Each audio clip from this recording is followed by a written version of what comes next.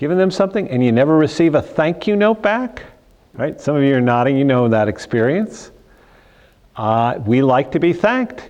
People like to be thanked. Now I'm going to tell you a little story. I'm going to stop here. I'm going to tell you a little story about the value of thanking. It's the story of somebody who I won't give you his last name, but his name is Howard W. Now, when I first went to the congregation that I served in 1993 in Charlestown, Rhode Island, I started writing a little column for the local newspaper once a month. And after doing this for a couple of years, eventually I got a note from Howard, who was not a member of the congregation. He lived in the community, but he read the columns. And somewhere around 1996 or so, he sent me a little note. He said, "Dear Pastor, I really enjoy your columns. Here's a donation to your ministry." And he sent a check, I think it was around 96, for $25. Now, I had some choices. I could take that and go, "Oh, no, that's nice." Put it in the offering plate, which I did do. But I also did what? I sent him a thank you note, a little tiny thank you note. I said, "Howard, thank you for your $25 gift to our ministry. That's wonderful, so appreciate it." Following year, Howard wrote me a note, gave me another check, $25. 1 year later, what did I do? Sent him a thank you note. Now, Howard did this all the way until about 2003. Now, in the course of this time, since on his check had his address, I added him to our church mailing list, sent him the newsletter. Now, around 2003, so every year, what did that? It was about $25. 1 year it was $60, another year was $40. It was just different amounts. And I stopped hearing from him in 2003. Now, I never met Howard Wall. I never met him face to face. Maybe he came to church and left quickly afterwards, but I never visited him or anything. It just never was an opportunity. This past summer, in 2015, my wife, who's now pastor at St. Andrew, she texted me, I forgot where I was, and she said, "Have you ever heard of a Howard?" I said, "Yes, why?" Picked up the phone, curious, because I remember this very clearly. She said, "Well, I just got information from an attorney, and he has left the congregation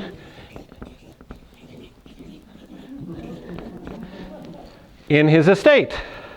Plus," then she said, "also a portion of his IRA." Now, I tell you that story.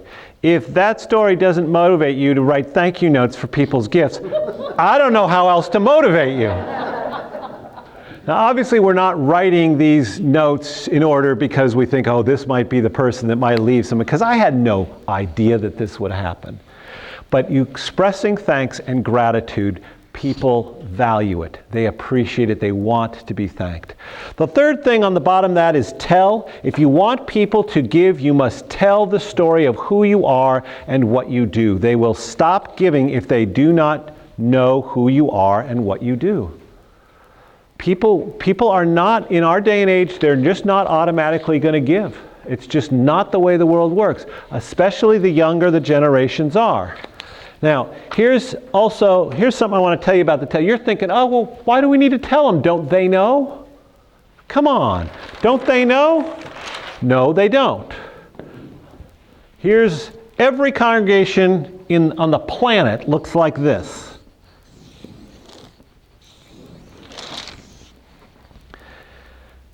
Now, you are all right here. You are the core of the congregation.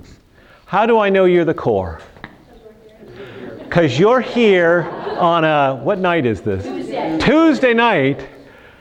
And it's, going to be 40, 30 degrees. And what are some other things you could be doing? Don't even tell me, because then you'll start thinking about them. So I know you're the core. Most of you know what's going on in this congregation. You know about this event. You know about events that are coming. You were talking about Christmas and Easter worship services. You know. Here's the other part of the congregation. The next round, these are people that are usually, they come to worship, and they might be involved in one other activity. So they might, do sing in a choir group, or they might, serve in some dinner or hospitality fellowship, or they might be involved in children's education. They have one other thing. Then there's this group, and these are the folks that in some circles they're called the C&E group, which is the Christmas and Easter. When I was in Brooklyn, I got to know the Roman Catholic priests really well, and they called them the A&P group. There was a grocery store called the A&P Market. I don't know if it's still around. And I said, A&P? They said, yeah, these are people that only come when they get something. I said, what are you talking about? So these are the ashes and palms people. All right. But basically, these are your once a year or maybe 4 times a year, or just very irregular. And then here's your community. And they don't even know where your church is. Now, you've got to figure out how to tell the story, yes, to the core, but more importantly, you have to tell to these people. You have to tell to these people. You have to tell to these people. They don't know what's going on in your congregation. They do not know. And today, everybody is so busy. It is not unusual. Anybody work in schools? Okay. So this is a story. You know what this is like. Like we have an event, and 2 weeks after the event, you'll be talking with a parent, and the parent says, oh, I didn't know that was going on. And you're going, didn't know what was going on. We sent home flyers. There's e-news. We've taped it to your son's forehead. All these things we do. What do you mean to do? It's because people are so busy. They don't know. So you've got to figure out ways to tell. So what we're going to look at now is going specifically to each of these areas, ask, thank, tell. So I'm on page 7 now. So some things about ask. First off, be biblical. When we are asking for people to be generous, put it in the context of how the Bible thinks about it. I had those quotes from Scripture that are at the beginning. If you look towards the back of this document, there's 2 pages of Scripture quotes. There's quotes by other people. But root what we do in the language of the Bible. Tell the stories of the Bible that are about generosity, about people that were generous. Most of us know the widow's mite.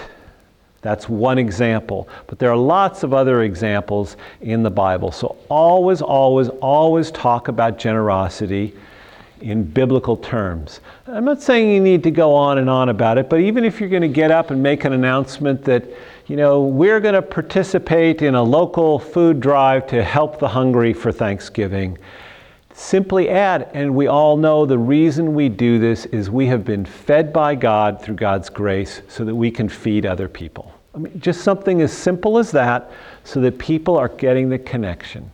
You don't change people's thinking about this in one Sunday worship. It has to be over and over and over again. It's like exercise, right? You can't just do it once a year. You got to do it every day to get the benefits. Never use a budget. Never use a budget. Never use... Did the bishop just say never have a budget? How could we function without this? This glorious, sacred document. I'm showing them a spreadsheet of their accounting. I'm not saying don't have a budget. What I'm saying is don't say to people, we all need you to give so that you can support this. Because guess what? Yeah, that doesn't excite you. And you look like you're of a generation that's been a part of the church for a long time. You're an experienced Hall of Famer in this stuff. But a budget, giving to a budget? So what I'm saying is don't use the budget as a motivational tool. So this typically means, is the treasurer here? Okay, it means don't let the treasurer do the stewardship talk. Because they're thinking this way. I want you to have a budget. Please don't hear what I'm not saying. I want you to have a budget. I want you to run your organization efficiently and and all of those good things. But it's not a stewardship tool. That's what I'm talking about. Ask for growth. When you ask your congregation to make their pledges or shares or however you talk about it, ask people for growth. Don't tell them how to grow. Don't tell them what they should do. Don't tell them that they have to. Rather, model it.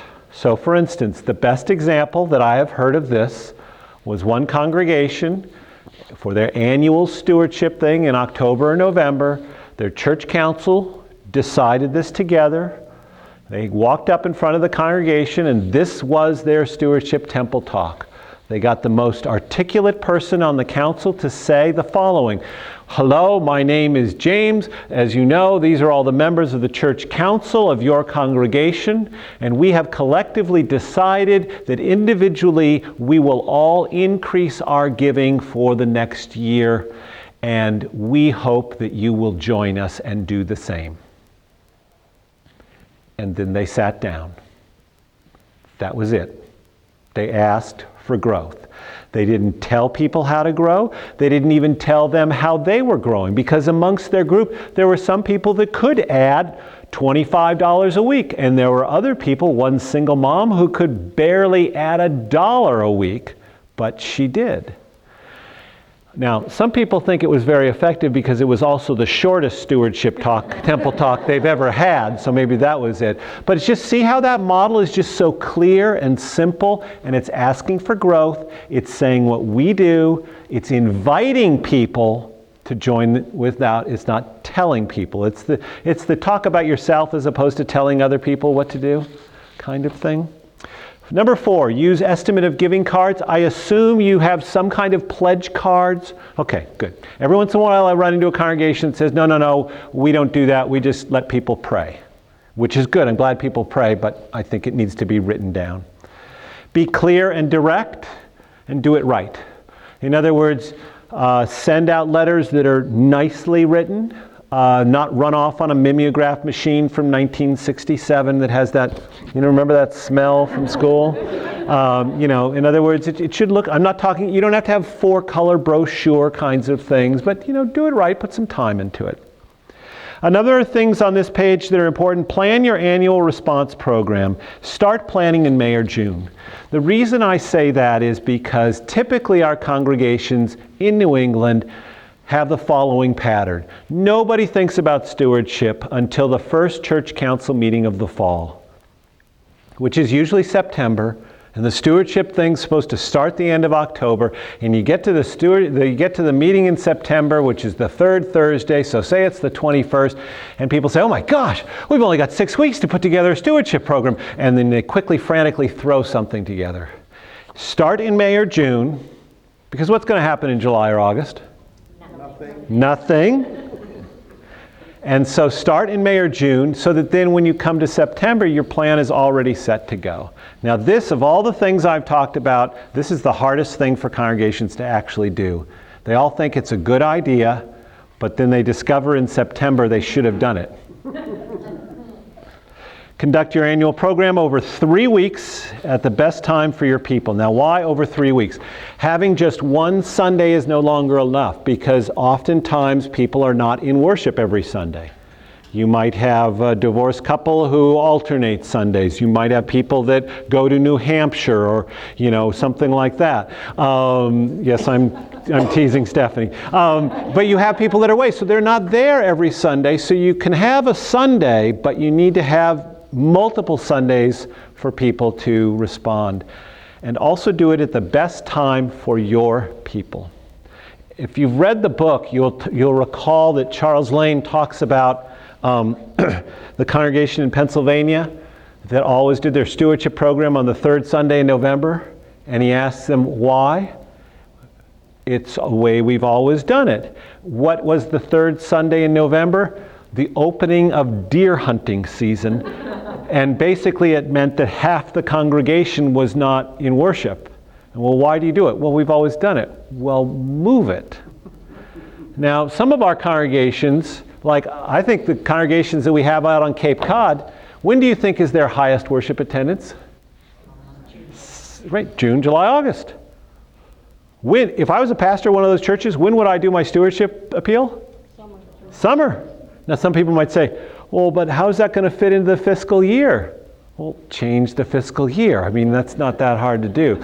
You know, you need to think about this and so forth. I will say there is some evidence that people tend to be springtime more optimistic in their giving. So one thing to think about, you don't have to do it, you might want to think about maybe we should do our pledging in April, May. There's just something with the psychology of things are springtime as opposed to this time of year is getting colder, the trees are falling, death is coming, I need to fill out a pledge card. So anyway, okay, follow up on those who haven't pledged, be persistent. Charles suggests, at least a second letter. I would go even further.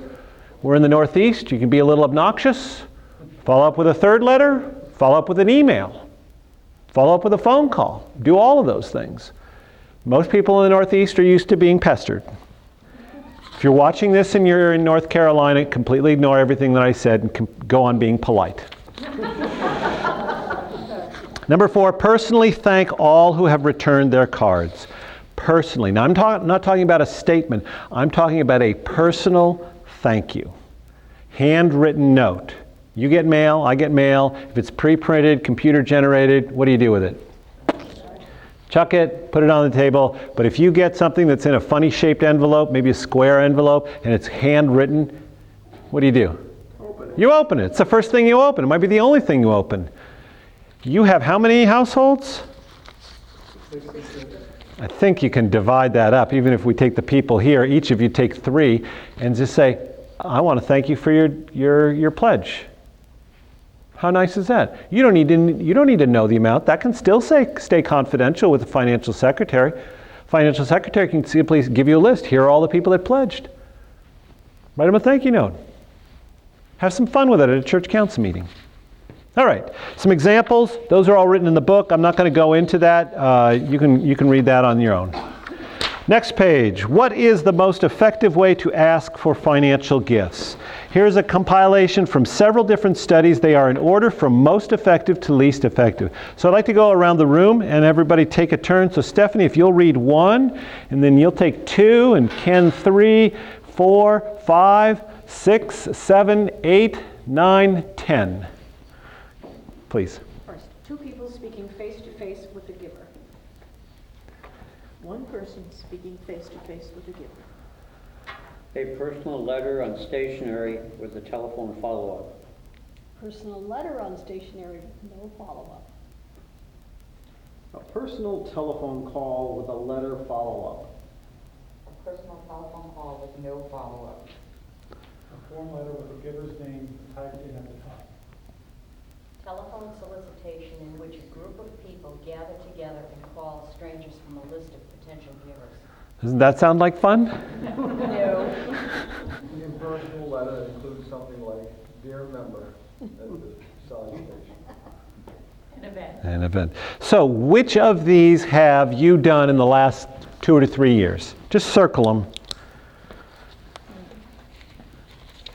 And you can toss out what you remember.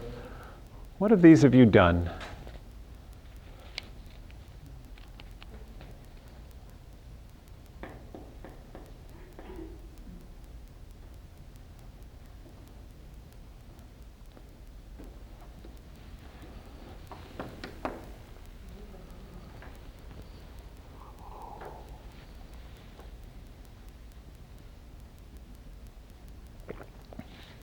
What do we got? Number 4? Yeah. A personal letter on stationery with no follow-up. So to be clear, a personal letter means you know it was written to you personally. It's not the same letter that's written to everybody.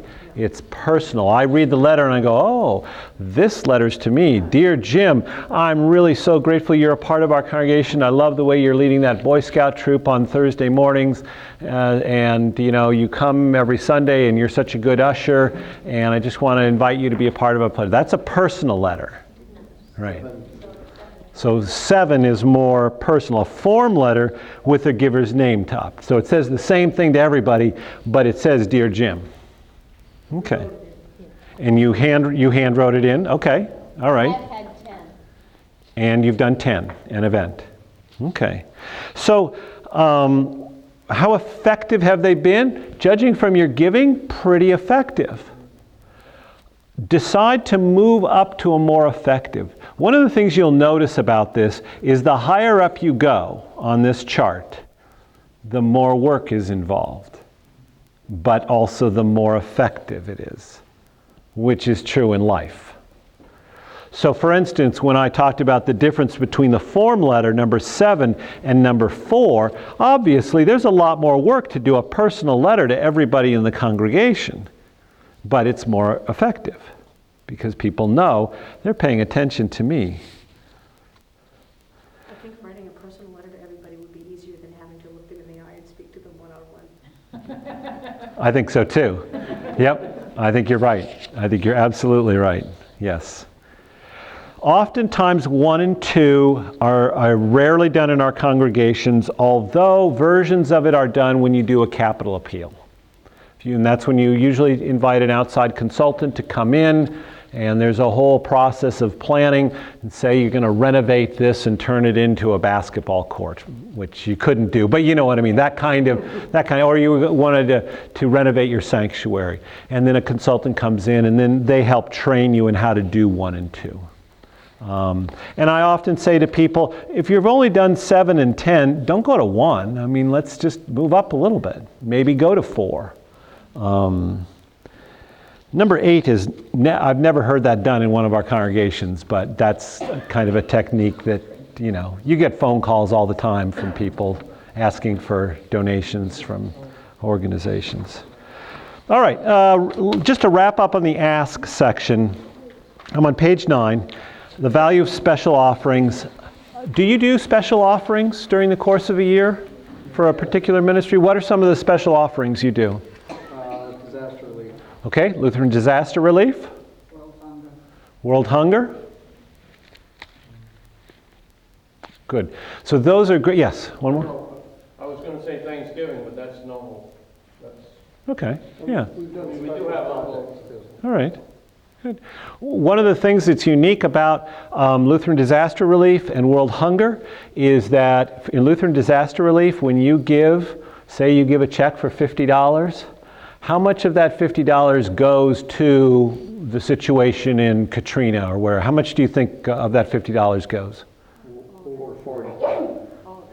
100%.